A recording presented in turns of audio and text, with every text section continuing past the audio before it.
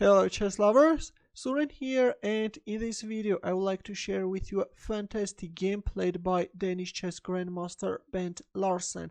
Larsen is on the black side and his opponent is Jorgen Nielsen. This game was played in 1965 in Copenhagen. Now let's see what happened on the board. Nielsen started the game with c4 and g6 by Larsen, knight c3, bishop g7, d4, d6, e4, knight d7, bishop e3, knight f6 and f3. By a transposition of moves we land in the Zemish variation of King's Indian defense. Black castles kingside, queen d2 c5, knight e2 and queen a5. In a famous game played between Milko Baboltsov and Mikhail, instead of queen a5, Tal played a6, and after castling queenside queen a5, king b1, b5, knight d5, Tal went for a queen sacrifice and captured on d5. At that time the queen sacrifice in the opening was a sensation, and up to these days this game is arising a huge interest. I have already covered this game and I will pin the link in the comment section. To begin with, black only gets 2 minor pieces and a pawn as a compensation, but white position is rather uncomfortable. But in our game, after knight e2, Bent Larsen played queen a5, and after knight d5 he sacrificed the queen. Again, similar to Tal's game, he captured on d5 and sacrificed the queen. In his book My Best Games of Chess, Bent Larsen writes, a queen sacrifice similar to Tal's. Also, small reference from his book. I have been asked if I would have made the same sacrifice against a stronger opponent, and my answer must be yes. Such moves are not made because you play against a certain opponent, but because you are in the mood of such ideas. And against weaker opponents, the safest method, though not the quickest, is to avoid complications and unclear positions.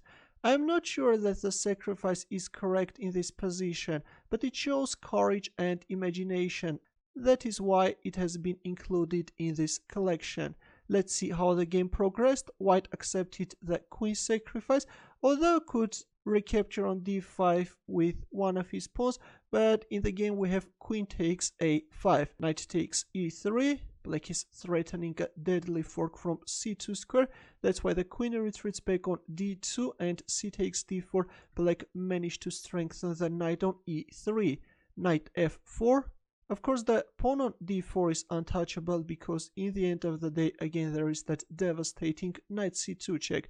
That's why in the game after c takes d4, we have knight f4, knight b6, knight d5. We see the exchange of knights on d5, and as white king is still stuck in the center of the board, Bent Larsen is trying to make use of that fact, and he played f5.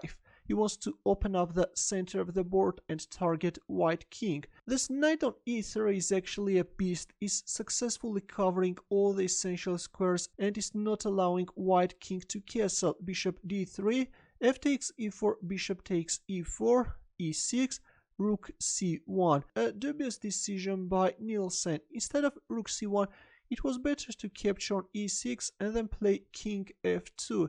If d5, then bishop d3, although still after knight g4 check, king f1, bishop h6, black is managing to create problems for white, but this continuation could have been better for white. But in our game after e6 we have rook c1 and Larsen simply won the pawn on d5. Rook c7. White is seeking for a counterplay and right now has created a very dangerous rook takes g7 threat. For example, if you win the bishop, then white can capture on g7 and then on d4 can fork the king and the knight, and then after queen takes e3, bishop f5, white can successfully castle kingside and white has an advantage. That's why after rook c7 we have bishop h6, g4. This is a move after which white's position is collapsing. Although in his book Larsen writes that already black has a winning position, but Stockfish says that it's not yet over and suggests queen takes d4. If knight takes g2 check, then king f1. If knight e3 check, then king e2.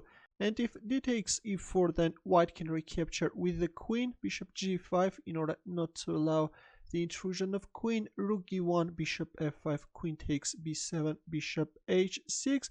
Though black stands much better, but still white is managing to hold. But in our game after bishop h6 we have this terrible g4 move. Here Larsen won the bishop on e4, and after queen takes d4 captured on f3. White's position looks terrible. Queen takes e4 and bishop takes g4.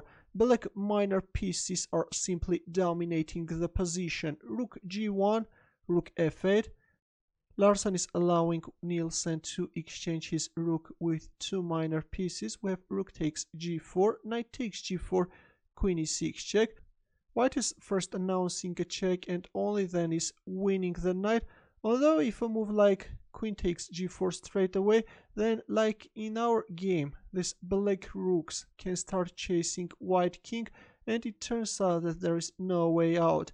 In here, king f4 can step into a quick checkmate, and then we will see rook d4 checkmate, and after rook d2 check, if move like king c3, then this time rook c1 check followed by rook takes c7, black is winning.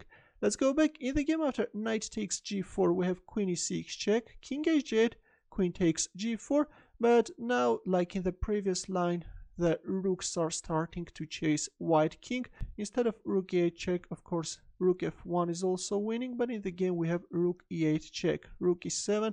Larsen calls this move as a sardonic move and says that after king d1, rook f1 check, king c2, rook c1, the rook is lost anyway. In the game after rook e8 check, we have rook e7. Now comes rook takes e7 check, king d1, rook f1 check, king c2, rook f2 check, king d1. Well, if king c3, then rook e3 check is coming, and then rook f4, and again black is winning. In the game after rook f2 check, we have king d1, and after rook d2 check, finally Jorgen Nielsen resigned.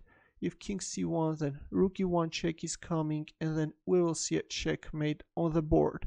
A very beautiful queen sacrifice and a final attack.